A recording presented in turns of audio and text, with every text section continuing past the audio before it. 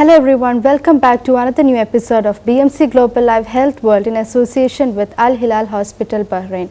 I'm Nikita and today we have Dr. Veena Rajeevan with us once again to talk about another eye condition, that is glaucoma. Hello doctor. Hello, good afternoon. So today we are going to talk about glaucoma after the previous episode which was about cataract. So to start with, what is glaucoma? Glaucoma, if you take the global statistics, glaucoma is a disease which affects around 79 million of people or patients around the world. Glaucoma is a disease which goes undetected. If you take the developing world, I think 90% of the patients are detected with glaucoma at a very late stage. And 10% of the cases of all the total glaucoma load, 10% of the cases present with total blindness. So only there is, I think, a very small percentage, around 7% of the patients present at the correct time to be detected with glaucoma. So that's why this disease is so significant in today's world. Glaucoma is also called as the silent thief of sight because it's a disease, it's actually preventable blindness. It is a disease which manifests, it is due to the involvement of the optic nerve. There is decrease in the number of nerve fibers in the optic nerve due to raised eye pressure. See, just like you have blood pressure, you also have an entity called eye pressure or intraocular pressure. So high intraocular pressure can result in nerve damage or damage to the optic nerve.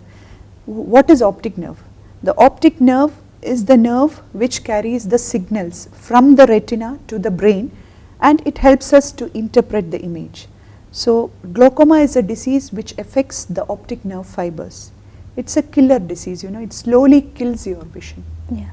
So it's like one of the leading cause of blindness, right? Yes, definitely. Okay, so how is this blood pressure related to glaucoma? Glaucoma. See, glaucoma has got many associated diseases. That is, a patient is more prone to develop glaucoma if he has other associated diseases like diabetes or high blood pressure or high cholesterol, or if he is a myopic patient also, because all these diseases are basically known to compromise the blood flow of the optic nerve. Okay, so there might be different kinds of glaucoma, so can you mention yes. them? Actually, glaucoma as such is not a disease, it includes a group of diseases or an array of diseases. One of the most common in that category is open angle glaucoma. Open angle glaucoma, see, before that I would like to tell you about some of the basic anatomic structures in the eye. So there is a chamber in front of the eye which is called as the anterior chamber. It is within this chamber that a fluid called aqueous circulates. Okay. And when there is a change in dynamics in this fluid, glaucoma manifests, that too open angle glaucoma. There is a second entity called as angle closure glaucoma, which presents because the chamber is narrow. The corners of the chamber are quite narrow. So the anterior chamber depth is narrow, and that is called as angle closure glaucoma. There is another variety which presents in young children in the pediatric age group, that is pediatric glaucoma. And there is yet another variety called as secondary glaucomas, which presents due to some associated eye diseases. For example, if the patient has had a trauma, a shuttlecock injury, he can present with glaucoma later. In secondary glaucoma, there is an important point that I would like to mention. It is about steroid eye drops. Because when patients come to our clinic, for very many diseases, we tend to prescribe steroid eye drops. But we always warn the patient that use this medication for a period of time, that stipulated period which has been mentioned by the doctor. Yeah. Do not use it injudiciously. But still I have seen patients who, reluctant to come to the doctor, continuously use steroid eye drops. So steroids are known to produce glaucoma if used injudiciously. So why do you use this steroid? eye drops, yeah. No, steroid eye drops used in case of allergic conjunctivitis. Sometimes when, as I mentioned, in viral conjunctivitis, if there is a involvement, a keratitis also, sometimes we will have to give steroid eye drops. For uveitis, steroid eye drops are given. So we use steroid eye drops left and right in our clinics, but there is always a time period or a course prescribed by the ophthalmologist.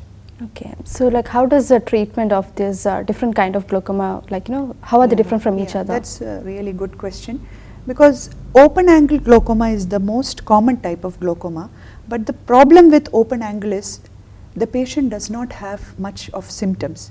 These symptoms arise at a very later stage. Maybe when his vision has been compromised to a great extent, he may experience symptoms. So that's the problem with open angle glaucoma. It can be managed with medications. We have topical eye drops, specific anti-glaucoma medications are available in the market.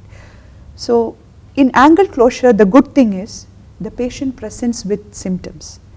Some patients present with severe pain, redness. It's an angry glaucoma, I would say.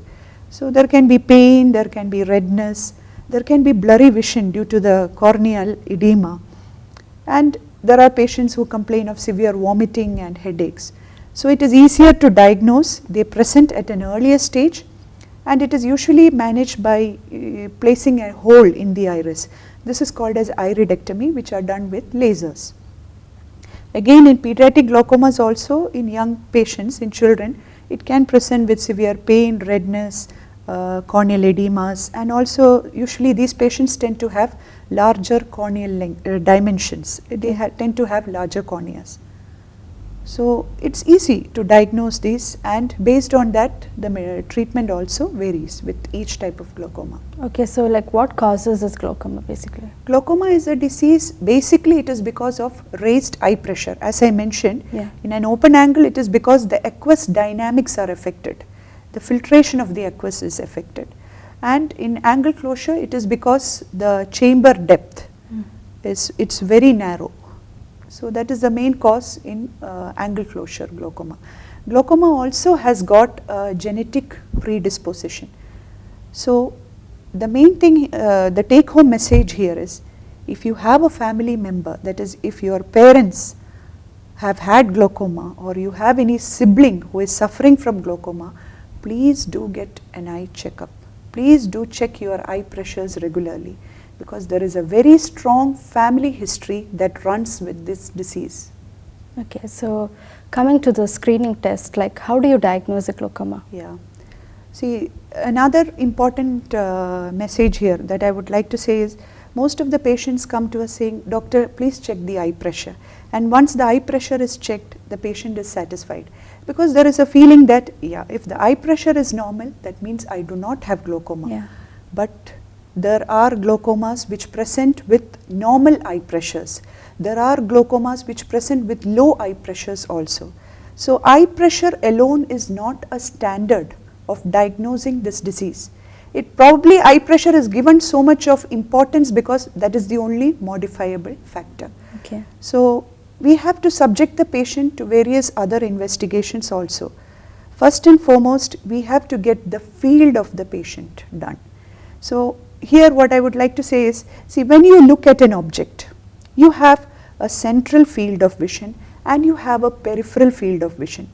When you focus on an object, you are also able to perceive objects around this, around your point of focus. So in glaucoma, it is that field that is affected. Your peripheral field is affected first, and then your central field. So we won't be able to see like what's happening around your point of focus. Okay. So that's why it goes undetected, because you should be such an observant patient to notice these things. Yeah. So we have an instrument called perimeter, which analyzes your peripheral field of vision. So that way you can pick up glaucomas at a very early stage. Then of course we will also go in for an optic coherence tomography. It is actually a scan of the optic nerve. This OCT analyzes your optic nerve thickness. It finds out whether the nerve fibers of the optic nerve are affected. is there any thinning of this optic nerve, can be analyzed by using an OCT. Then of course you will also have to measure the corneal thickness, because there is a relation between corneal thickness and glaucoma also.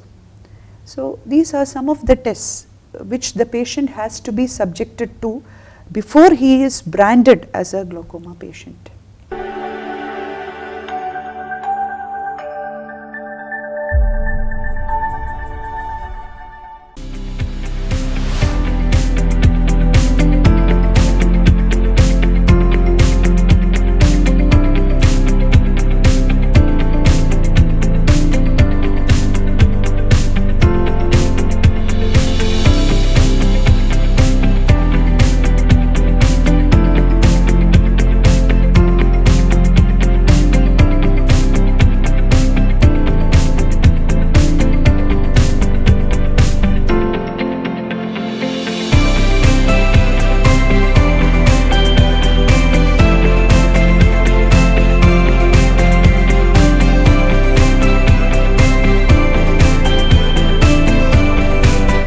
All your favorite products under one roof in Bahrain at 27-year-old Megamart and Macromart.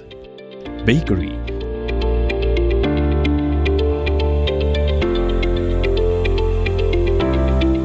fresh meat and fish,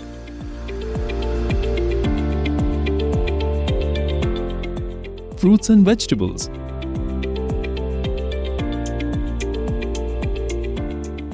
sweets and snacks, ready-to-eat foods, dairy products, grocery or consumer goods. To have a wonderful shopping experience, please visit your nearest Megamart Macromart branch. Megamart and Macromart, full of goodness.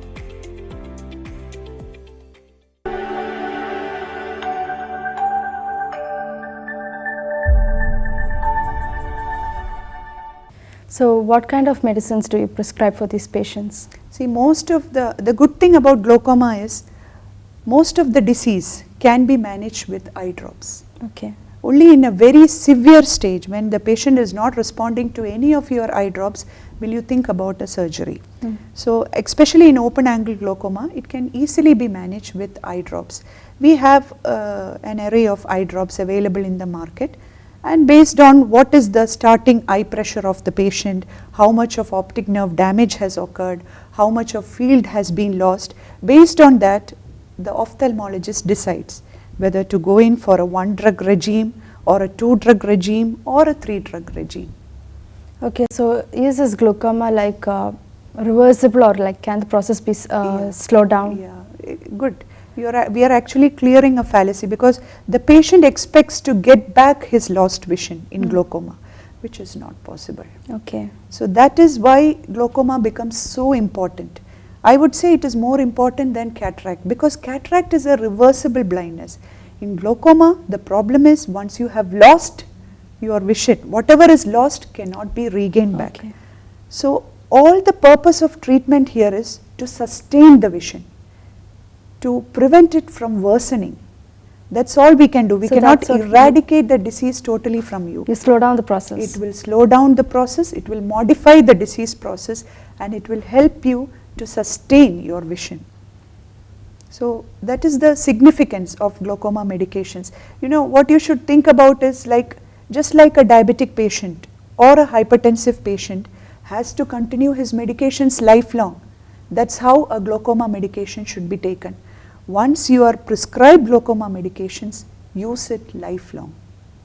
Okay. So who is at risk of getting this glaucoma? As I already mentioned, patients who have genetic predispositions. Okay. It runs in families. Then of course any history of diabetes, usually after 40 years, open angle glaucomas are more common after 40 years. So it is always better to get your eye pressures checked once you have crossed 40. And associated diseases like diabetes, hypertension, raised blood cholesterols, myopic patients who have high minus powers, any history, past history of having a trauma, then long-term use of steroid eye drops, they are all risky candidates to develop glaucoma. So how do you treat the glaucoma surgically? Surgically, the option is trabeculectomy is the treatment of choice for glaucoma surgeries, which are usually decided at a very late stage. If it is an advanced glaucoma which is not responding to any of your medications, maybe the surgeon, and the optic nerve damage is happening at a very fast rate, maybe the surgeon has to decide regarding a trab. So nowadays we use computers, mobile phones and all, starting from kids onwards. So how is this going to affect those people? Yeah, see, we are in a digital world. All of us in our job are in front of the PCs, or else, you know, even our leisure hours are being spent with mobile phones. Yeah. So we are all constantly exposed to this digital instruments, all these gadgets. So these can pose a lot of problem to the eye. Actually, we group this into a condition called as computer vision syndrome. And I think in our OPDs, half of the patients who come are with these complaints. So if you are going to use these electronic gadgets for 2 hours or more continuously, you are prone to develop these list of symptoms as mentioned in computer vision syndrome. The patient may have dry eye, redness, watering, constant eye strains, eye pain, headaches, neck pains. So many patients come with this kind of complaints. So first of all, we have to educate these patients. Maybe they are not using it in the proper way. The lighting is not proper, the positioning is not proper. So there is some patients also complain of excess glare. Yeah. You know, excess of reflections or glare also.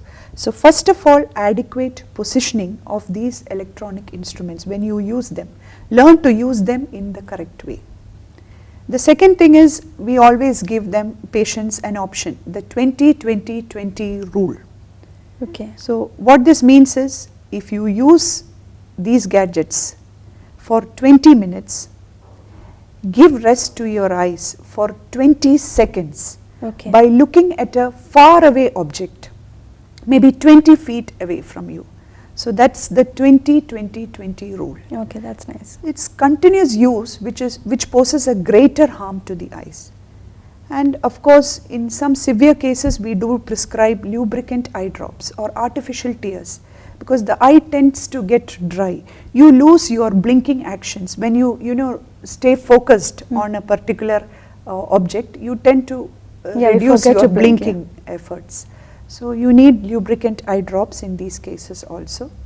So proper education to the patient with subsequent medications, supportive medications can definitely help. Okay, doctor, so like what are some tips for those who are wearing contact lenses? Yeah, see, contact lens actually is a very safe device, I would say, if it is used responsibly. Yeah. Many parents, come to be saying, doctor, should we advise contact lenses for our child? What I tell them is, do you feel your child is responsible enough? You should have a sense of responsibility, because this is not like glasses. You are placing an object onto the cornea. It has to be sterile. Eye is a sterile area, so it has to be sterile. You should know how to maintain adequate hand washings, clean the lens properly, replace the solutions regularly, use a clean lens and use a clean case also. You should avoid excessive use of contact lenses also, because if you use contact lenses for prolonged periods during a day, you tend to develop dry eye. So try to restrict your contact lens use for outdoor activities, and do not sleep with your lenses, because the eye tends to become dry and the cornea is supposed to receive its oxygen, which is delayed because of a contact lens. So never sleep with your contact lens, never use your contact lens while you are swimming or involved in other activities. So if you take proper care and you maintain good hygiene, hand hygienes, then maybe contact lenses are a good option for glasses. Okay, so talking about glaucoma, like how does the lifestyle affect? Lifestyle, yeah, definitely. In glaucoma patients also, we advise them, reduce your blood sugars and other systemic diseases, maintain a good diet, come for regular follow-ups, check with your ophthalmologist. So reduce your obesity, your stress. because all these diseases are related to both glaucoma as well as diabetic retinopathy. Doctor, so can you explain like the anatomy of the eye, so that they can get a better concept about this glaucoma? Yeah, glaucoma. So for this, actually dear, I have just brought this model here. Okay. Here you can see this is the cornea. This is supposed to be the transparent portion of the eye. Just behind the cornea you can see another transparent structure which is called as the lens. Okay. And the orange area that you see, this is the retina. As I had mentioned earlier, retina is the place, it is the area which is affected in diabetic retinopathy. Yeah. And all the signals, retina acts as a film, just like the film of the camera. Okay. And all the signals which reach the retina are transmitted through the optic nerve.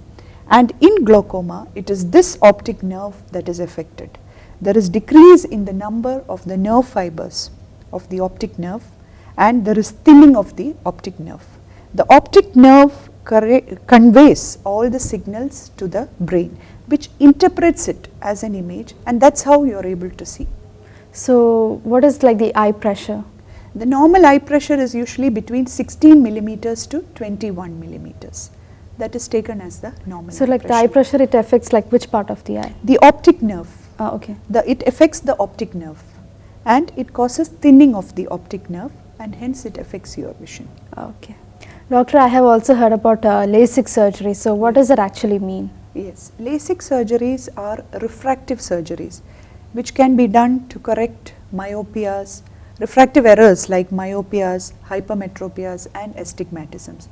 So right now there is gaining popularity for LASIK surgeries.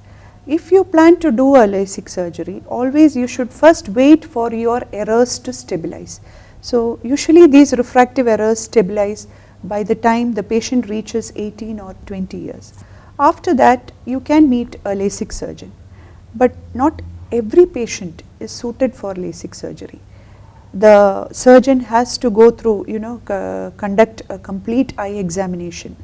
Patients who have chronic dry eyes are not suitable candidates for LASIKs. Again, patients who have thin corneas due to various other corneal diseases like for example keratoconus or some corneal dystrophies are not suitable candidates for LASIK surgeries. So it is for your surgeon to first decide whether you are a suitable candidate. Again, LASIKs are not suited for patients who have very high errors, extremely high errors. So not every patient is suited for LASIK. You will have to first meet an ophthalmologist and then find out whether you are a suitable candidate for LASIK surgery. Okay, thank you doctor for educating us and like spreading awareness on like various topics, I must say. Yes. Thank you so much. Thank you so much for giving this opportunity. Yeah. I would like to thank my hospital, Al Hilal Hospital, and also BMC for giving me this opportunity, and you of course for actually bearing with me. No, it was actually answers. Informative for me too, like I got to know a lot of stuff. So it's actually a part of our job. It is not just to examine patients alone that we are here. It is our duty, I feel it is our duty to spread the message also, because maybe by this talk many patients would have realized why it is so important to treat glaucoma or diabetic retinopathy. So we are supposed to spread messages regarding health messages. That is our part of our profession. So I thank you for giving me this beautiful opportunity. Thank you so much. Okay, so viewers, we have come to the end of our today's episode. If you found this video informative, please share it with your friends. This is me, Nikita, signing off. Thank you.